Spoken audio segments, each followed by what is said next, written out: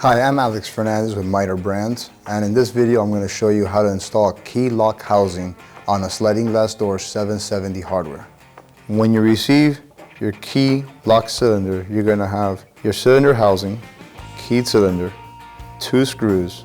You're going to need a number 2 Phillips screwdriver, a 3/16 drill bit, a drill, a step bit, some protective gloves, and eye protection. So the first thing you want to do is safety. So you want to put on your safety gloves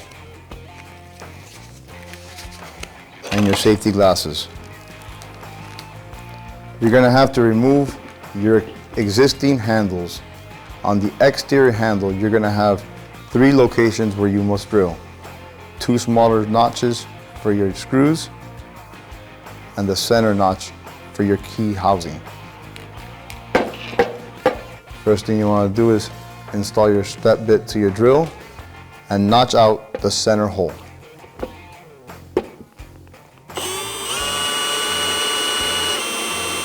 So after you're done drilling the center hole for your cylinder, you're going to need your 3/16 drill bit to open the holes for your screws on the back of the plate.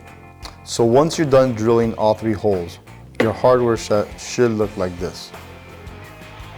The next step is inserting the cylinder into the back of the housing. As such, at this point, you want to install the housing to your hardware. Align the 2 holes with the housing. Lay it on a flat surface, get the 2 screws that were provided to you, and place them in the housing.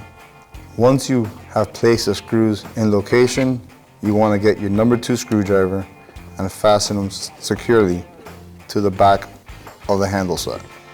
So once you have the housing installed to the handle set, you want to enter your key into the cylinder and install it in the bottom hole of the panel. Once you've installed it, you want to test that the lock is working. Once you have the exterior handle in location, you want to go into the house, install the lever on the top hole,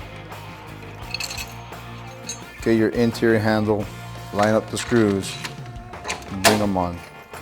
And with your number 2 screwdriver, go ahead and tighten your handles back into location. Once you've installed the handle set, you're going to take your door, close it, and test that the key's working.